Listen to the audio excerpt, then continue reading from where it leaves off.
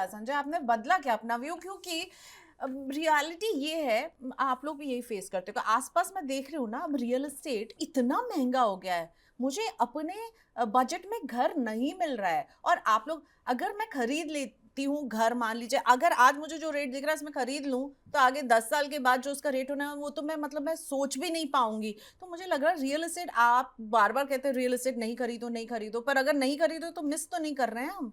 देखिए प्रियंका, मैं सिंपल कहता हूं कि पहले ना समझे कि रियल एस्टेट आप सेल्फ यूज के लिए खरीद रहे हैं या इन्वेस्टमेंट के लिए खरीद रहे हैं। दो चीजें होती हैं। अगर आप सेल्फ यूज के लिए खरीद रहे हैं तो प्लीज ये मत सोचिए अगले 10 साल बाद क्या होगा उसका प्राइस। क्योंकि आज अगर आपने 2 बेडरूम लिया है और 10 साल बाद आपको अपग्रेड करना है 3 बेडरूम का, तो इट्स अ रिप्लेसमेंट एसेट। जितने में 2 बेडरूम का पर स्क्वायर फीट बिकेगा उतने में आपको 3 बेडरूम पर स्क्वायर फीट मिलेगा। ऐसा तो है नहीं कि आपके घर में कोई मोती जड़े होंगे कि भाई आपका तो घर महंगा बिकेगा पर बगल वाली बिल्डिंग में 3 बेडरूम सस्ता बिकेगा। तो if you are buying a house, buy as per affordability, not for the fact कि भाई ये बढ़ेगा। क्योंकि बढ़ेगा तो आपको क्या फायदा है इसका? आप तो घर के अंदर बैठे हो ना। अगर 1 करोड़ का घर समझो 4 साल में 2 करोड़ का हो गया तो आप खुश हो सकते हो और कुछ नहीं कर सकते उसमें, मतलब फर्दर आप कुछ नहीं कर पाओगे उसमें से। ठीक है।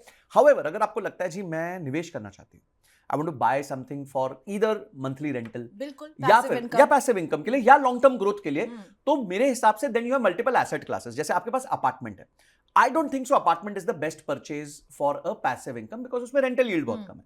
तो आप कमर्शियल खरीद सकते हो, कमर्शियल शॉप खरीद सकते हो, कमर्शियल स्पेस खरीद सकते हो। वहां आपको 6 से लेकर 8% तक का रेंटल यील्ड मिल जाता है। और देखिए, अगर 6 से 8% आपको रेंटल यील्ड मिल गया और 10 साल में अगर वो एसेट डबल हो गया तो भी आपको 7% कंपाउंडेड रिटर्न, मतलब कुल मिला के 12-13% का वो रिटर्न दे देता है। रेंट पे आपको स्टैंडर्ड डिडक्शन मिलता है, आपको टैक्सेस में भी बेनिफिट आ जाता है। तो ये हो गया एक लॉजिकल इन्वेस्टमेंट। ठीक है। फिर आपको लगता है जी कि मेरे को एक जगह अपकमिंग आ रही है, वहां पे कुछ रोड्स कटने वाली हैं, हाईवे आने वाला है, ग्रोथ होने वाली है, एयरपोर्ट आने वाला है, तो मैं वहां पे एक छोटा सा 100 स्क्वायर मीटर का, 500 स्क्वायर मीटर का एक प्लॉट ले लेता हूं किसी प्रॉपर डेवलपमेंट में।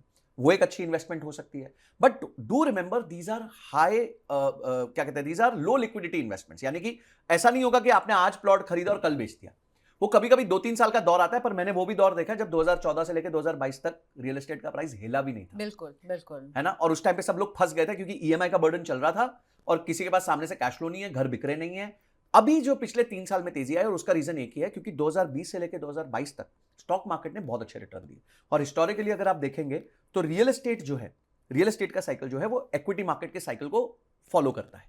तो जैसे ही इक्विटी मार्केट्स गजब रिटर्न्स देती हैं, तो उसी टाइम फिर रियल एस्टेट गजब उसके 1-2 साल बाद बहुत अच्छा रिटर्न्स देता है, क्योंकि लोग एक बार इक्विटी में पैसा बना के उठा के रियल एस्टेट खरीदना चालू कर देते हैं। तो आपको रियल एस्टेट सूझबूझ से खरीदना है। लेकिन अभी पिछला साल जब इक्विटी मार्केट बिल्कुल लेगार्ड था, तो रियल एस्टेट मार्केट तो अच्छा कर रहा था, prices that is the pre effect, क्योंकि 2023-24 में बहुत अच्छा रिटर्न्स दिया ना, तो तब का पैसा निकला हुआ अब यहां डल रहा है। ओके। अब क्या होगा, अब 2-3 साल यहां नहीं आएगा, तो अब आप प्रेशर देखोगे रियल एस्टेट में।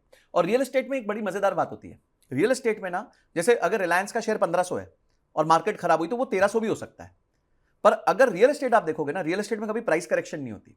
आपने अगर ग्रेटर नोएडा में घर देख लिया 1 करोड़ का, अगले साल आपको लगा मंदी आ गई, चलो मैं जाके 80 लाख में ले लेता हूं, 80 लाख में नहीं मिलेगा, पर अगले 5 साल तक वो 1 करोड़ में ही मिलेगा फिर। तो रियल एस्टेट में कभी भी प्राइस करेक्शन नहीं लगता है, रियल एस्टेट में टाइम करेक्शन लगता है। यानी एक ही भाव रहेगा 5 साल, 6 साल, 7 साल, 8 साल। I totally agree with your real estate का जो भी आपने समझाया, बहुत सही बात कही आपने संजय। संजय, एसडब्ल्यूपी, मैंने आपको अपने पिछले इंटरव्यू में दी एसडब्ल्यूपी मैन का, और ये पूरे साल एसडब्ल्यूपी को लेकर के ना मैंने बहुत शोज भी किए, बहुत बातचीत की, सिस्टमैटिकली विड्रॉल प्लान। क्या यही रिटायरमेंट का वो मंत्र है जो लोग अभी भी समझ पा रहे हैं या नहीं समझ पा रहे हैं? मैं चाहूंगा कि मैं इसको लेके इतना जागरूकता फैलाऊं जिसका हिसाब नहीं है, इसलिए मैं आपको SWP man thank you so much, and I think we should all focus towards it. देखिए मैं आपको एक एग्जांपल देता हूं। As easy as you make it sound. It is as easy. डालो पैसा और फिर निकालो, इतना इजी है क्या? एक्चुअली इतना इजी है, मतलब I don't know why people are confuse for this. भाई सिंपल सी बात है, आपके पास एक बाल्टी में पानी है और पानी में ऊपर नलका भी आ रहा है, पानी भी आ रहा है, आपको नीचे छेद करके थोड़ा पानी निकालना है।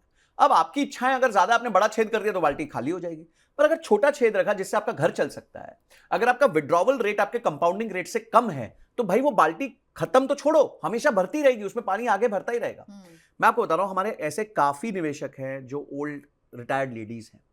अब उनके बच्चे बाहर चले गए, चलो नहीं भेज पा रहे हैं या जो भी सिचुएशन है, या फिर वो इंडिपेंडेंट है, उनके पास कोई और नहीं है, या फिर हस्बैंड्स नहीं है, तो उनके क्या हुआ, उनके पास एक घर है कहीं, तो 2 करोड़ रुपए का घर पड़ा है, 12,000 रुपए किराया आता है। After maintenance. हेडेक अलग है, जाके वो कभी उसकी बल्ब टूट गया, लाइट टूट गई, ये हो गया, वो हो गया। You are 60 years old। अगर यही 2 करोड़ आप चुपचाप एसडब्ल्यूपी कर दो, ठीक है, सिंपल मैं कहता हूं डेट फंड्स में डाल के एसडब्ल्यूपी कर दो, 80% डेट में डाल दो, 20% इक्विटी में, और वहां से निकालना चालू करो। पहले दिन से 70-80 हजार रुपए निकाल सकते हो महीने का। कहां 12,000 पे थे, कहां 70-80 हजार पे हो, कहां आपको झिक पिक करनी पड़ती थी, मेंटेनेंस करनी पड़ती थी, कहां आपको कुछ नहीं करना। जो तारीख चाहिए, 28 तारीख चाहिए, 25 तारीख चाहिए, जो आपको जमता है उसी तारीख को आपका पैसा आपके अकाउंट में होगा।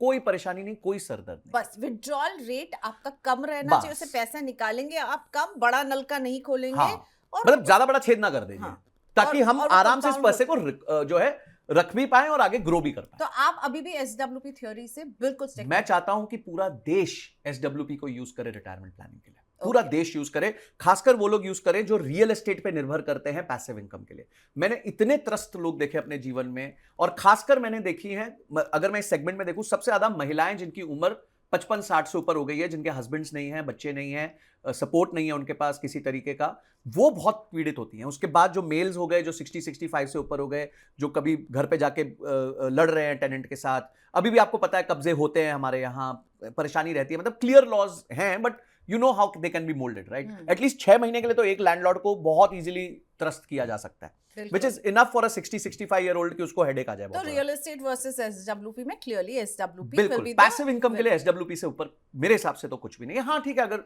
कॉर्पोरेट बॉन्ड्स हो गए या फिर ये, but end of the day वो भी एसडब्ल्यूपी का पार्ट ही है मेरे लिए।